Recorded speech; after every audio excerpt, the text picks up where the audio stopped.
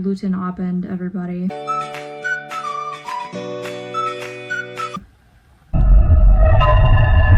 I'm back. I haven't posted for a while. Weird shit's been happening, and then the election.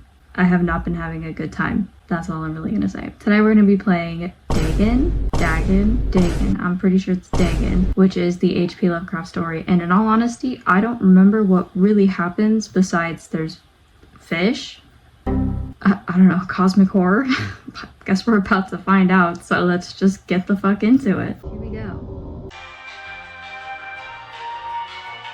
This is crazy. Okay, the brightness is all the way turned up. Let's look at, this is insane. Okay, let's look at options. Graphics. So, do we like motion blur? I can't remember if we do or not. Audio, sounds. Okay, I'm definitely gonna have to turn it down just a little bit. It is a little bit loud, I'm not gonna lie. I'll do like 75 for voiceovers. Other invert. Show trivia? That's cool. Okay, save and exit.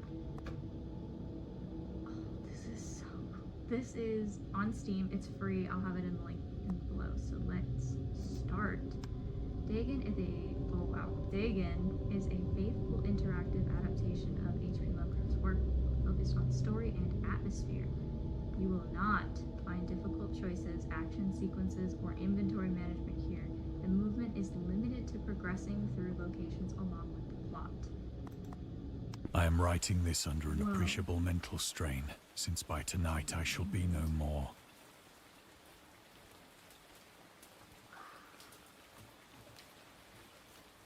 Whoa! Okay. Getting jump scared by the menu. During the game, you will encounter interactive elements.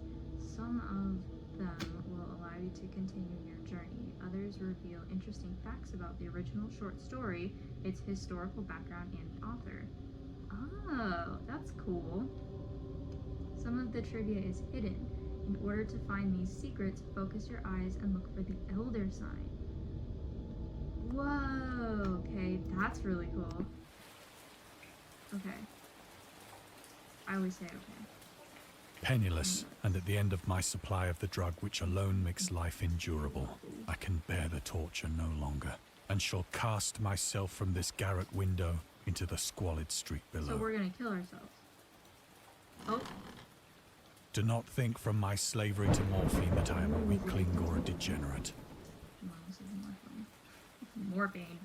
When you have read these hastily scrawled pages, you may guess, though never fully realize, why it is that I must have forgetfulness or death. The detail of this game is beautiful. I mean, look at this. Look at this desk. You can see the syringe right there. You can see the bottle. Oh, it's beautiful.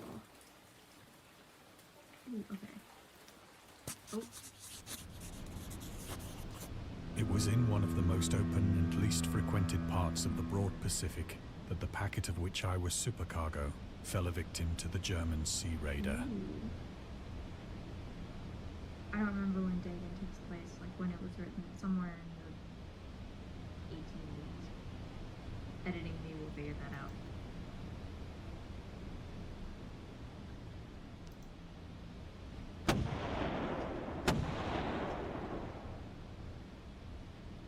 The Great War was then at its very beginning, and the ocean forces of the Hun had not completely sunk to their later degradation. Look at that! Look at that flag right there. That's a really cool flag. Oh, this is so beautiful. Oh my god, the water animation.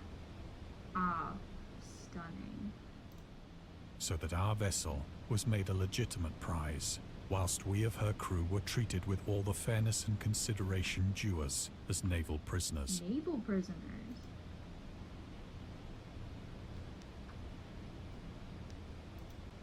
Ooh, okay, the Huns.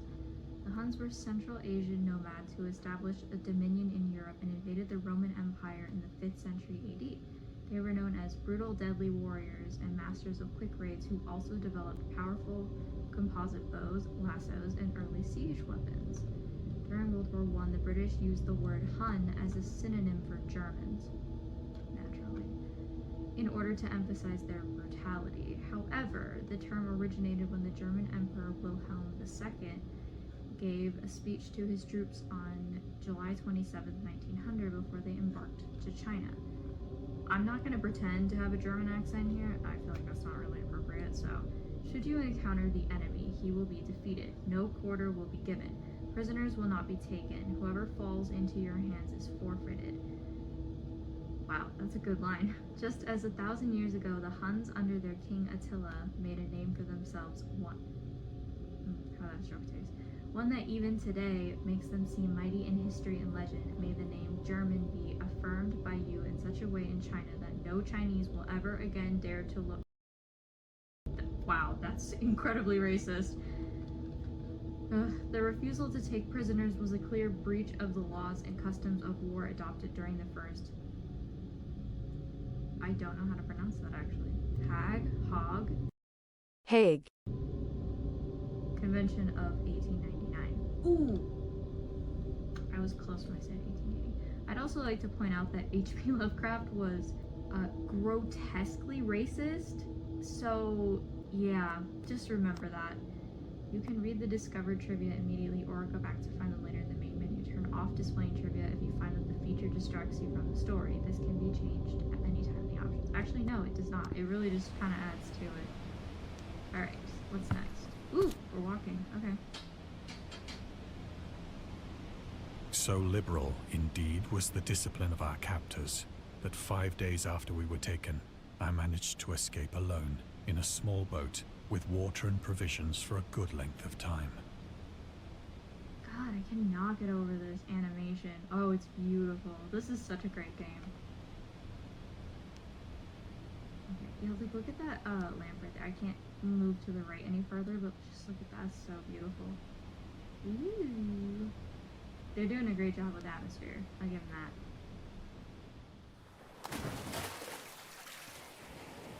When I finally found myself adrift and free, I had but little idea of my surroundings. Oh, Jesus. Oh, I can't get over this lamp. It's so pretty.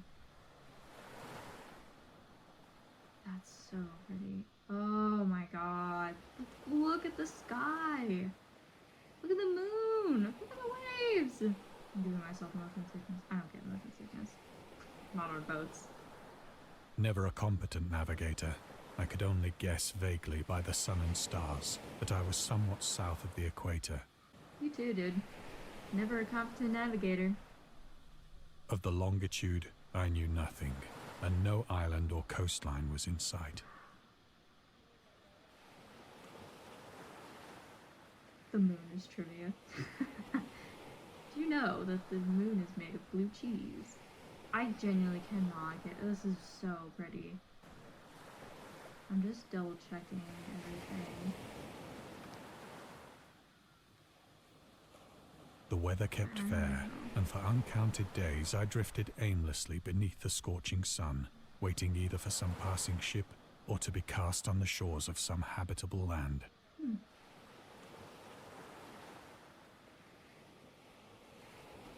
I really cannot get over this. Oh hey, I'm guessing that's our water. I mean, this is honestly kind of a nightmare for me, but I can't get over how good the animation looks of the water, so I'm gonna let it slide for now. But neither ship nor land appeared, and I began to despair in my solitude upon the heaving vastness of unbroken blue. Yeah, me too, dude. I would do the same thing.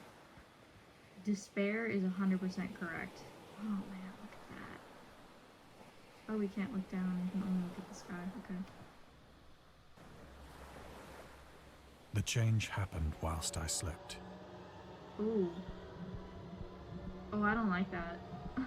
Its details I shall never know. I don't like that. For my slumber, though troubled and dream-infested, was continuous. I like the way that's described. Troubled and dream-infested. Oh, shit. Ew. Oh, I forgot how much Lovecraft kind of fucks me up. Is that a... Am I gonna be allowed to show this? It's like a dead squid, I think. That's just a lot right there. Okay, that's a little too much. When at last I awoke, It was to discover myself half sucked into a slimy expanse of hellish black mire, which extended about me in monotonous undulations as far as I could see. What's a mire? Editing me, please look up what's a mire. Oh, that's just a lot. This is too much. Like the one on the boat. It's not funny. That is so not funny. It's a little funny. And in which my boat lay grounded some distance away. Okay. Oh my god, there's another one. Look at that one, off in the distance. Though one might well imagine that my first sensation would be of wonder at so prodigious and unexpected a transformation of scenery, I was in reality more horrified than astonished. Are you kidding me? Especially looking at that fucking thing? Like, I would almost prefer the dead one over the one that's still very For there was in the air, and in the rotting soil, a sinister quality which chilled me to the very core. Are you sure it's not this thing that's giving you that sinister quality? The region was putrid with the carcasses of decaying fish, and of other, less describable things which I saw protruding from the nasty mud of the unending plain. There's more. Ugh. Jesus Christ. Perhaps I should not hope to convey in mere words the unutterable hideousness that can dwell in absolute silence and barren immensity. I keep yawning, y'all. I'm sorry, I'm tired. There was nothing within hearing, and nothing in sight, save a vast reach of black slime. Yet the very completeness of the stillness and the homogeneity of the landscape oppressed me with a nauseating fear. Are y'all seeing this shit? What is that? Oh, there's like several of them. Oh, it gets worse when you look away from the light. Can we please move away from this one? Please? Oh. The sun was blazing down from a sky which seemed to me almost black in its cloudless cruelty, as though reflecting the inky marsh beneath my feet. Yeah, I would say that's a pretty apt description. What am I supposed to do? Do I walk? Am I walking? Oh, no, I gotta look at the boat. Oh, the sound effects. As I crawled into the stranded boat, I realized that only one theory could explain my position. God. Through some unprecedented volcanic upheaval, a portion of the ocean floor must have been thrown to the surface, exposing regions for which innumerable millions of years had lain hidden under unfathomable watery depths. You know, I'm not a zoologist, I'm not a geologist, I'm not a paleontologist. I'm pretty sure that's not how this works. I say like it's not 1917, it's a fucking Lovecraft story. So great was the extent of the new land which had risen beneath me that I could not detect the faintest noise of the surging ocean, straining my ears as I might. What is that? Do y'all see that? Oh, it's breathing. Ew. That's foul right there. That's foul. Nor were there any seafowl to prey upon the dead things. Psychic? Maybe? Oh, I really hate whatever that. Look at this thing right here. Oh god, that's disgusting. Hey, there's a fish! I was right a little bit. For several hours I sat thinking or brooding in the boat, which lay upon its side and afforded a slight shade as the sun moved across the heavens. Looks like an ammonite. Okay, is it just me, or does it look like the blob is getting bigger and closer? Ugh. That looks like a trilobite. Huh?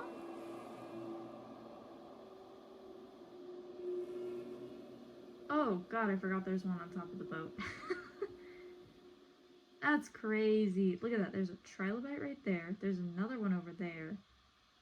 And then there's those are ammonites. At least they look like it anyways. That's a trilobite. As the day progressed, the ground lost some of its stickiness and seemed likely to dry sufficiently for traveling purposes in a short time. I don't like that. I don't like this one bit.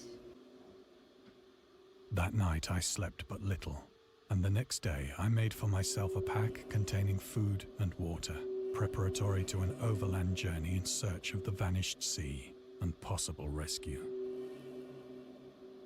Where did it go? It was on top of the boat. Oh, it's still moving. We can't even look to see the blob that's steadily behind us, growing larger and larger. Hold on. Check for any trivia. Don't think there's any trivia. On the third morning, I found the soil dry enough to walk upon with ease. The odor of the fish was maddening, but I was too much concerned with graver things to mind so slight an evil, and set out boldly for an unknown goal. Is this a giant? I don't even know what that is. I don't think I want to know. This is so well done though. Look at this. That's beautiful. And there's no... Is it breathing? No, it's not. Okay. Alright.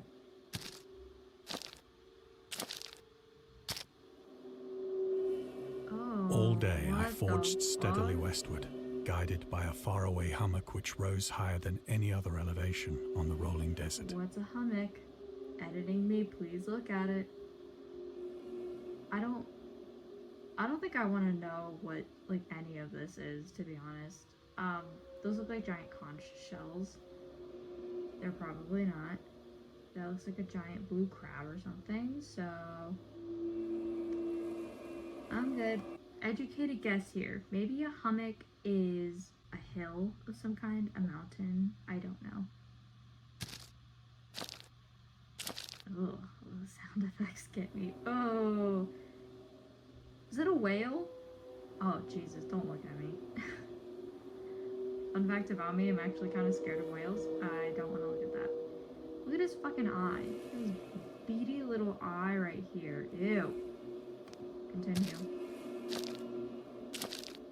I don't like any of this, to be honest. That night, I encamped, and on the following day still travelled toward the hummock, though that object seemed scarcely nearer than when I had first espied it. Espied. That's a good word, too. Encamped. Oh. Ew, it looks like a worm. Oh. Ew.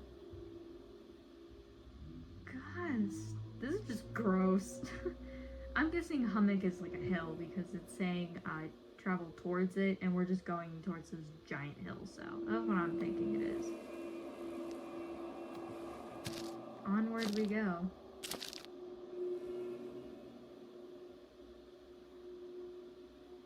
I'm feeling very unsettled. By the fourth evening, I attained the base of the mound, which turned out to be much higher than it had appeared from a distance. Gee, who would have thought? An intervening valley setting it out in sharper relief from the general surface. Too weary to ascend, I slept in the shadow of the hill. I know not why my dreams were so wild that night, Gee, could it have been the cosmic horror that's about to be unleashed on you? but ere the waning and fantastically gibbous moon had risen far above the eastern plain, I was awake in a cold perspiration, determined to sleep no more.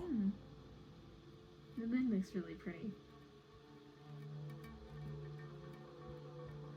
Such visions as I had experienced were too much for me to endure again, and in the glow of the moon I saw how unwise I had been to travel by day. Without the glare of the parching sun, my journey would have cost me less energy. I don't know about that. Indeed, I now felt quite able to perform the ascent which had deterred me at sunset. I mean, if you think so. Picking up my pack, I started for the crest of the eminence. Oh, okay. You can't see shit. Oh. Rock. Okay. I don't think I can see. No, you can't. Okay. I have said that the unbroken monotony of the rolling plain was a source of vague horror to me.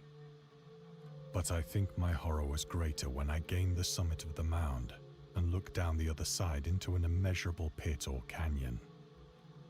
This is like the Grand Canyon Part 2. Whose black recesses the moon had not yet soared high enough to illumine.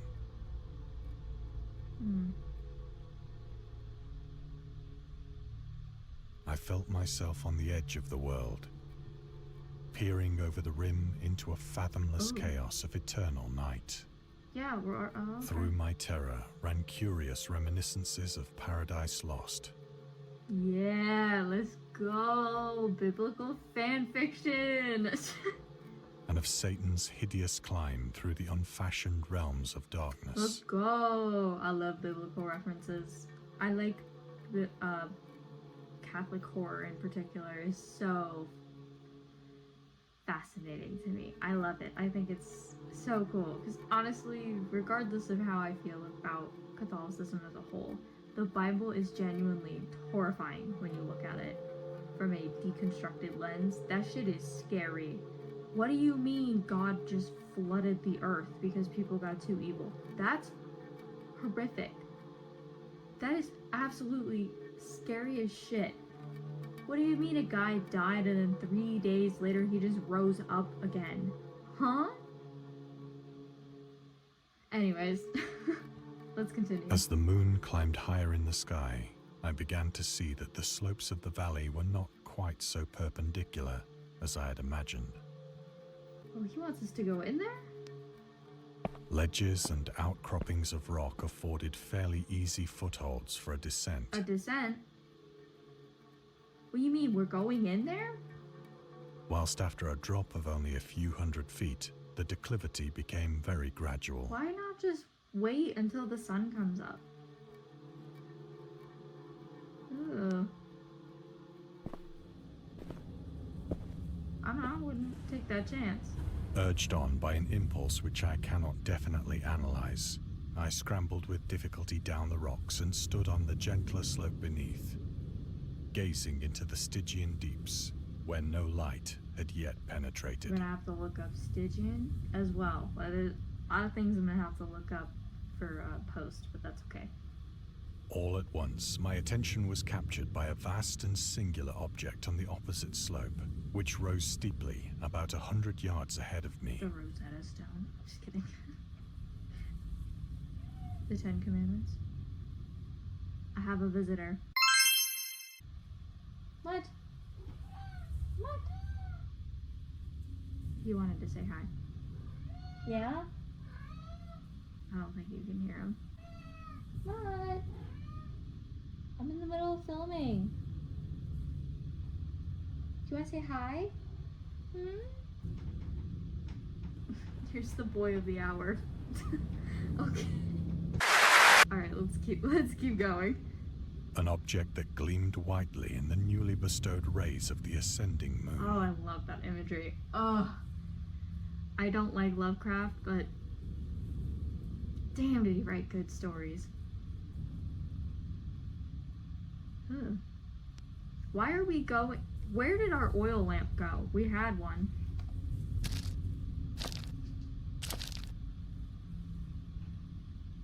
That it was merely a gigantic piece of stone, I soon assured myself. I feel like it's not.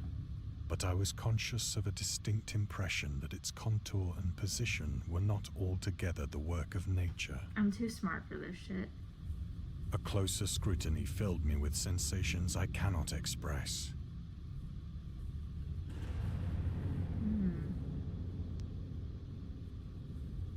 Ah, the moon looks so pretty. Okay. For despite its enormous magnitude, and its position in an abyss which had yawned at the bottom of the sea since the world was young, I perceived beyond a doubt that the strange object was a well-shaped monolith, whose massive bulk had known the workmanship and perhaps the worship of living and thinking creatures. I would say ancient aliens, but they were rooted in racism, so it doesn't feel apt to joke about that. Dazed and frightened, yet not without a certain thrill of the scientist's or archaeologist's delight, I examined my surroundings more closely.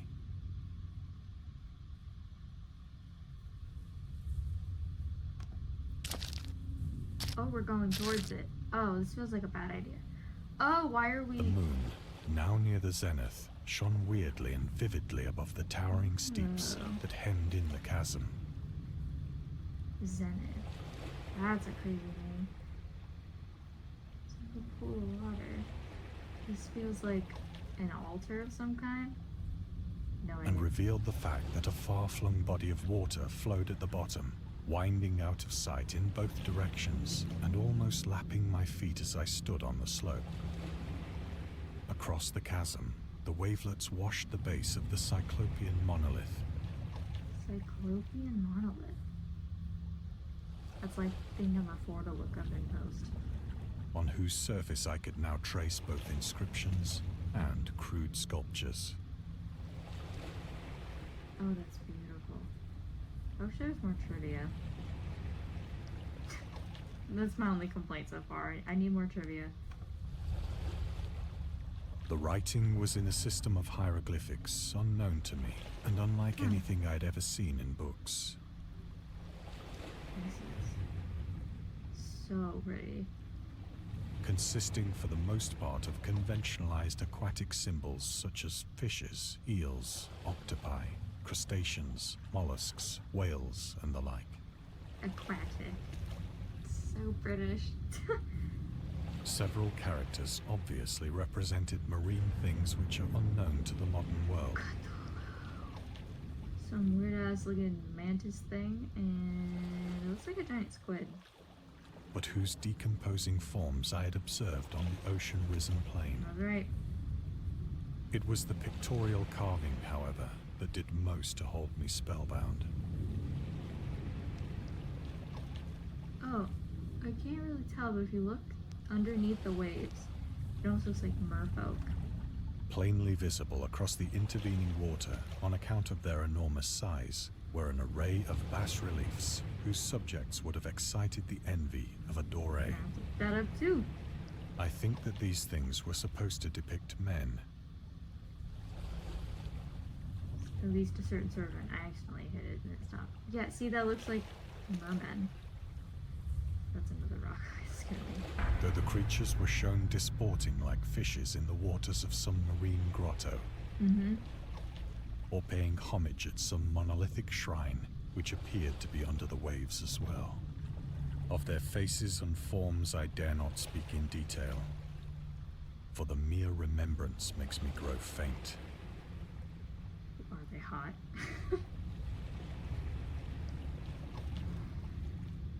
I gotta stop. Grotesque beyond the imagination of a Poe or a Bulwer. Smash. Okay, I'm done. I'm done. They were damnably human in general outline, despite webbed hands and feet, shockingly wide and flabby lips, glassy, bulging eyes, and other features less pleasant to I know recall. what that mouth do though. Why am I like this? Curiously enough, they seem to have been chiseled badly out of proportion with their scenic background. Or so you think. For one of the creatures was shown in the act of killing a whale, represented as but little larger than himself. That was the whale that we saw earlier. I remarked, as I say, their grotesqueness and strange size, That's crazy. but in a moment decided that they were merely the imaginary gods of some primitive fishing or seafaring tribe. When's Cthulhu gonna come in? Some tribe whose last descendant had perished eras before the first ancestor of the Piltdown or Neanderthal man was born. Let's look up Piltdown. Pretty sure that's in reference to an old scientific theory.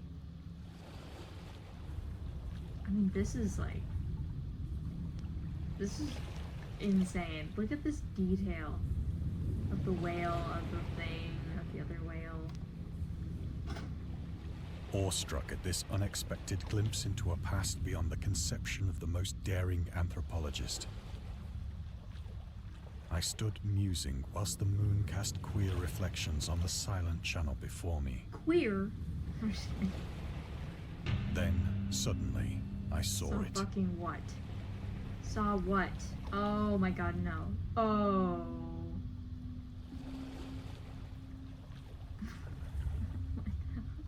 Like that. I don't like that one fucking bit. I don't like this one bit.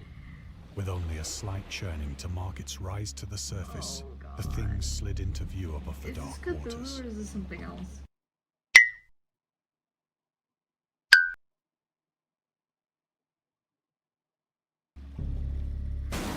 Polyphemus-like and loathsome, it darted like a stupendous monster of nightmares to the monolith, about which it flung its gigantic scaly arms, the while it bowed its hideous head and gave vent to certain measured sounds. What the fuck? Did we just faint? I think I went mad then. No, dude. Of my frantic ascent of the slope and cliff, and of my delirious journey back to the stranded boat, I remember little. Huh? Oh my god. I think we're high. We gotta be high on something here. I believe I sang a great deal and laughed oddly when I was unable to What the sing. fuck? What are we doing? Is this what cosmic horror really is?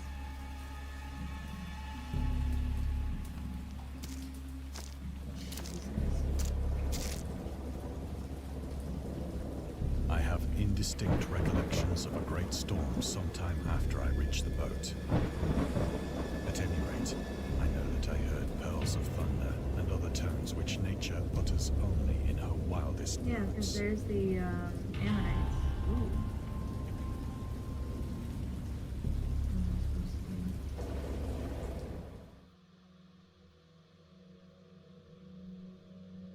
When I came out of the shadows, I was in a San Francisco hospital, Like there was angle change.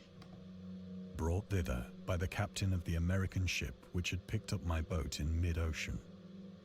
In my delirium, I had said much, but found that my words had been given scant attention. Of any land upheaval in the Pacific, my rescuers knew nothing. Oh, liking this. I like this hospital. It's cool. Nor did I deem it necessary to insist upon a thing which I knew they could not That's believe. respectable. Really digging this thing right here. So now, ooh, okay, here we go. Trivia. The journalist. Lovecraft was a prominent figure in the world of amateur journalism. In 1915, he started publishing his own journal called The Conservative, which included political and social commentary, poetry, short stories, and literary criticism written by him and other authors. Howard was a skilled wordsmith, but he also took criticisms to heart, which resulted in his decision to step away from writing poetry and concentrate on weird fiction again for the first time since his teenage years. Dagon, whatever, published in 1919, is one of the short stories written during that period. In this example excerpt from The Conservative, the master of horror fiction explains his attitude towards warfare and the idea of world peace. I don't think he was British. I don't know if he was British. He probably was. Why any sane human being can believe in the possibility of universal peace is more than the conservative can fathom. Ellipses. Should the entire civilized world agree simultaneously to disarm, one or more nations would undoubtedly retain secret armaments and at the proper time take advantage of their more altruistic and less astute contemporaries in a wild career of conquest against unarmed victims. Ellipses.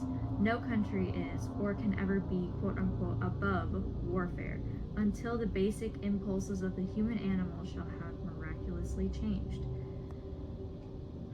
He kind of ate with that, not gonna lie. He kind of made a point about that. I like that they gave us more trivia. I think I might have missed one, but that's okay. Ooh. Didn't like that. Once I sought out a celebrated ethnologist. Ethnologist. Can I have to look that up too?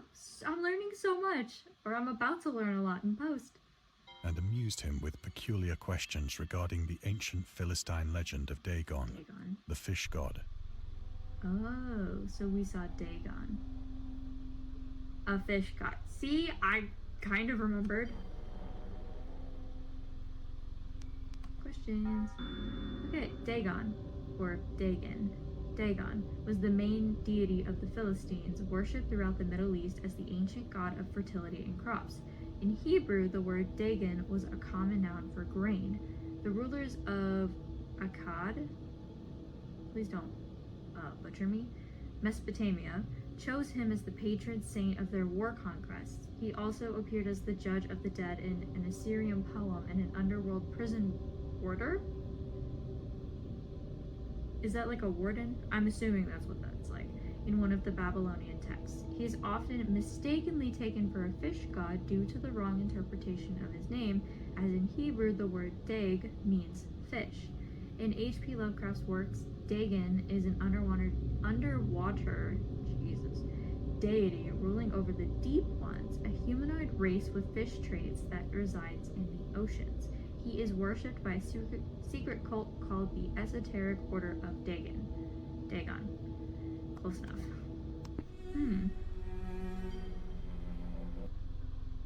This is so pretty. So, what am I supposed to do next? Oh, here we go. This is wild. But soon perceiving that he was hopelessly conventional, I did not press my inquiries. Smart idea. Don't press it. This is like, the fact that I can't fully see the other side of the room is really weirding me out. Trivia! August Derleth and the Cthulhu Mythos. We're learning so much today. August Derleth was an American writer and anthologist. He also befriended Lovecraft and published many of his works through his company, Arkham House. Although he greatly contributed to the popularization of the author's works after his death, he is surrounded by numerous controversies. I'm not surprised he was friends with Lovecraft. What are we expecting? One of his most questionable decisions was involved introducing the good versus evil doctrine. Derleth was a devout Catholic. To the Cthulhu mythos, which contrasted with Lovecraft's view of the world and his approach to cosmic horror. As a result, the author's works are often misunderstood and misrepresented in today's culture. It is also worth noting that Lovecraft was never really interested in creating a quote-unquote mythology, and the term Cthulhu mythos was coined by Derleth after the author left the mortal plane. That's a cool way of saying that after he died. I like that. I like it. I think that is different. We have to go back to the desk. No, we go to this clock. I almost said something else. Age restricted. That's a cool little bust.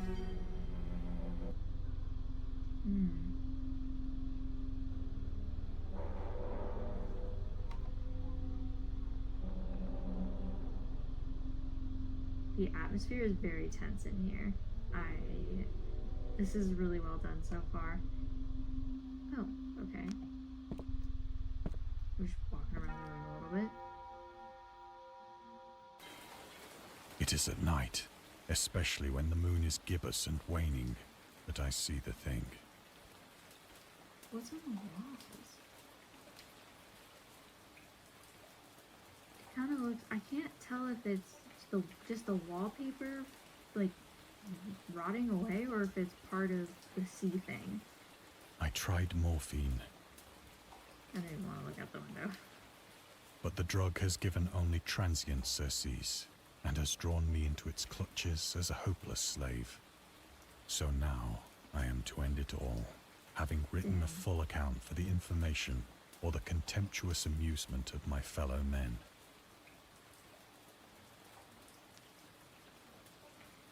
Wait, that can't be it. That can't be everything. Oh, yes, trivia. Lovecraft on tobacco and alcohol. Lovecraft hated tobacco, even though he used to smoke when he was 12 in order to look and feel like an adult. In his correspondence with friend Reinhard Kleiner, he claims that he quit as soon as he started wearing long pants.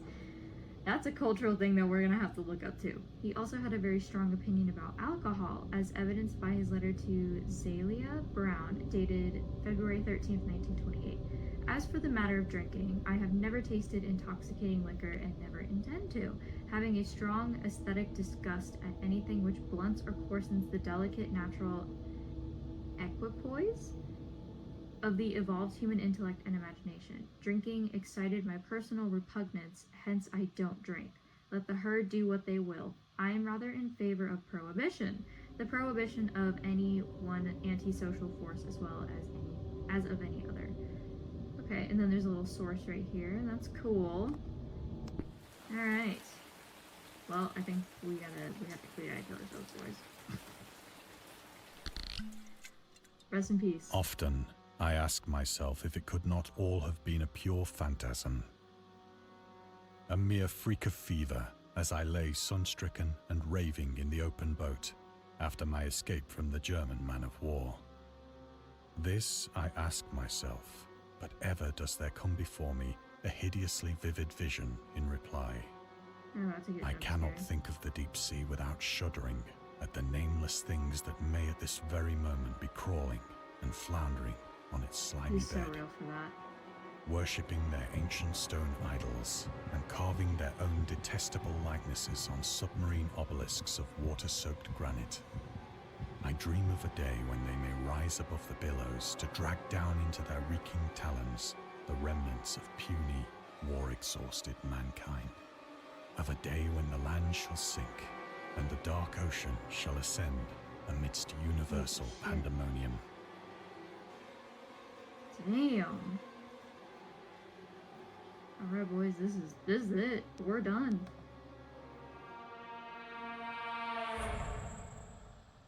I'm just kidding. The end is near. Ooh. Ooh. I hear a noise at the door, as of some immense slippery body lumbering against it.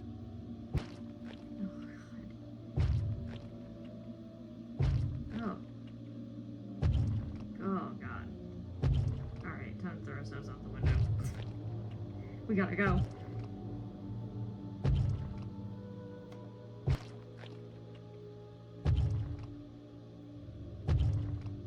Oh hell no. We gotta go, man. Don't make me go to the door. Oh, it's making me go to the door. It shall not find me. It found us. God, that hand!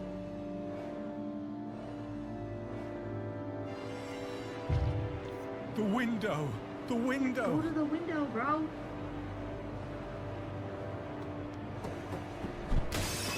Oh god.